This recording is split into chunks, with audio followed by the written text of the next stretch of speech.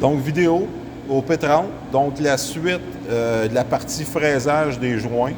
Donc, c'est l'opération qui combine le joint 1 et le 2 en lien au fraisage. Donc, l'OP10, on est venu faire l'hexagone, la pièce joint 1. L'OP20, la pièce joint 2, l'hexagone. Ici, l'OP30, ça va être le méplat. Donc, dans le gabarit, ici, cette fois-ci, on a un gabarit pour cette opération-là.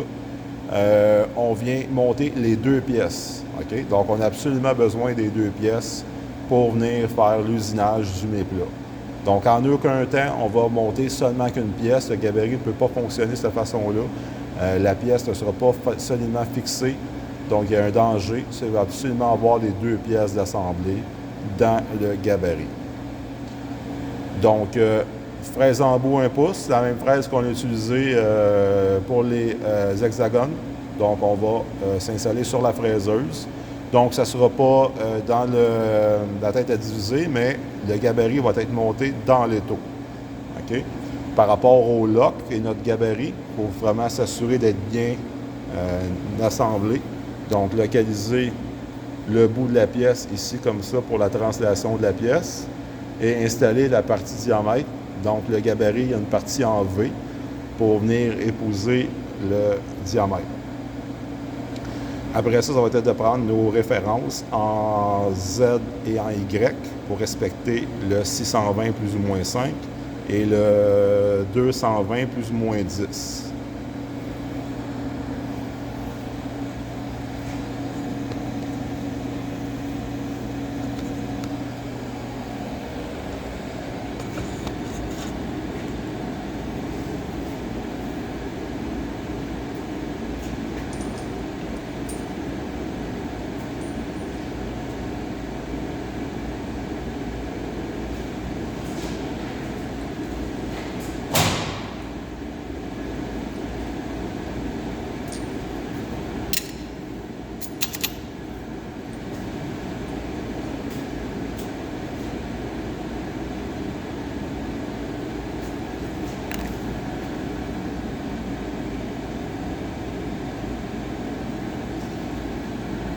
Montage ici dans le gabarit. Donc, dans le gabarit, il y a la partie, la bride qui est ajustable pour nos diamètres. Donc, je vais venir insérer mes pièces, mes 2 pièces à l'intérieur. Donc, je vais m'assurer par rapport à ma localisation, comme qu'on a vu dans la gamme, que je sois bien embuté contre la plaque qui est ici. Donc, c'est vraiment pour ma position. Faire attention pour ne pas être par-dessus. Donc, il y aura une erreur de montage, puis ça va avoir un impact sur nos dimensions. Donc, respecter la localisation des 2 pièces. Une fois que c'est fait, on peut venir serrer le boulon sur le dessus pour venir serrer les pièces à l'aide de la bride. Donc, avec la clé Allen key, la clé Allen, on va venir serrer la bride de cette façon-là. Donc, mes pièces sont solidement fixées. Et vous voyez, dans le fond, le gabarit est monté dans l'étau. Okay? C'est un gabarit pour un montage rapide. Sinon, ça, mon gabarit pourrait être conçu avec des emprises pour des brides ou pour boulonner sur la tête, pour la table, la table de la machine. Non, pas la table, mais la table de la machine. On pourrait venir se brider autrement. L'aspect rapide est fait qui vient se serrer dans l'étau. Donc, avec mon outil, ma fraise, ce que je vais faire, c'est que je vais venir, imaginez que le crayon, c'est la fraise. Je vais venir en contact, mon outil va aller en rotation, je vais venir en contact sur le dessus pour avoir un Z0.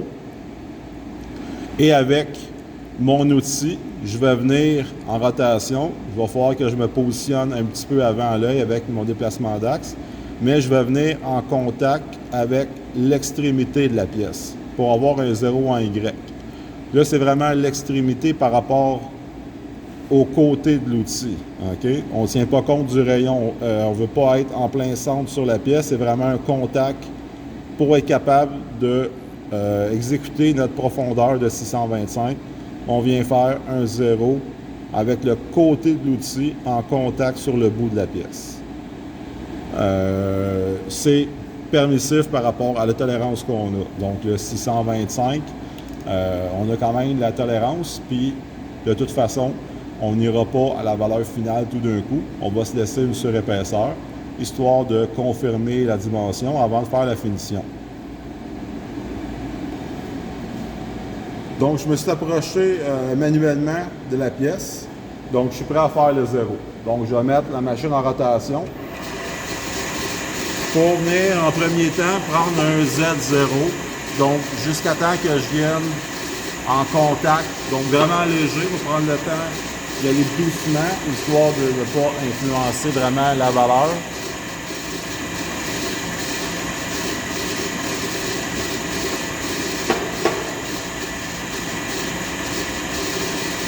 Donc, j'ai fait un petit contact. Là, je peux venir au digital, écrire la valeur de Z0. Donc, une fois c'est fait, je peux tout laisser tourner, il n'y a pas de problème. Je vais me déplacer en Y pour venir à l'extérieur de la pièce. Dès que je vois que je suis dégagé, je peux venir me déplacer en Z, histoire d'avoir la fraise prête à venir faire contact sur le bout de la pièce. Faire attention à regarder avec la valeur au digital de ne pas être plus creux que l'épaisseur de matière qu'on va enlever, histoire de ne pas laisser un défaut sur notre surface. Donc, je me déplace en Y pour venir faire contact. Donc, un peu moins évident visuellement de le faire, mais quand même prendre soin de se positionner sécuritairement. Peut-être demander l'aide à quelqu'un. On y va doucement.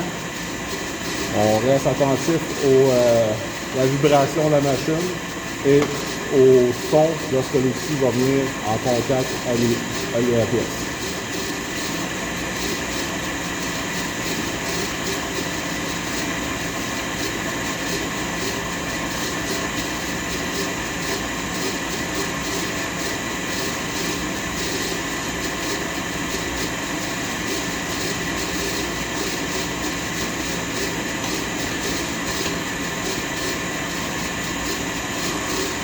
Ok, j'ai touché.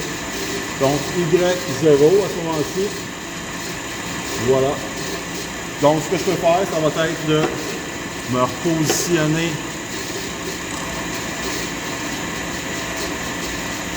plus haut en Z.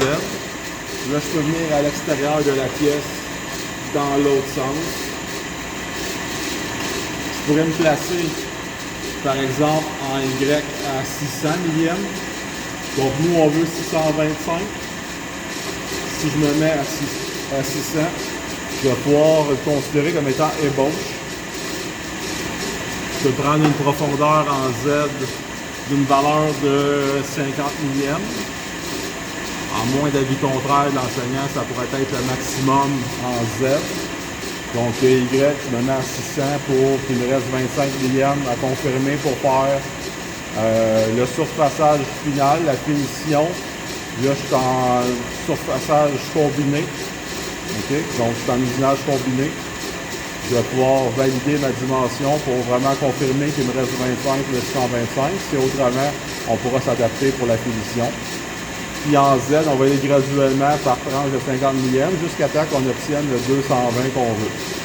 Donc, à la position où est-ce que je suis, ce qu'on va faire, c'est qu'on va venir comme faire un surfaçage. On va se déplacer en X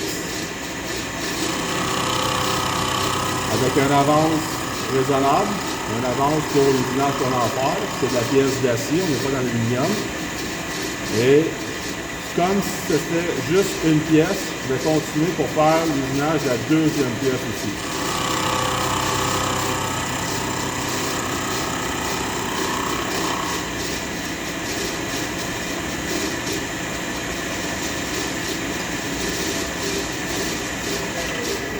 Donc, je vais arrêter la machine pour le bruit, là.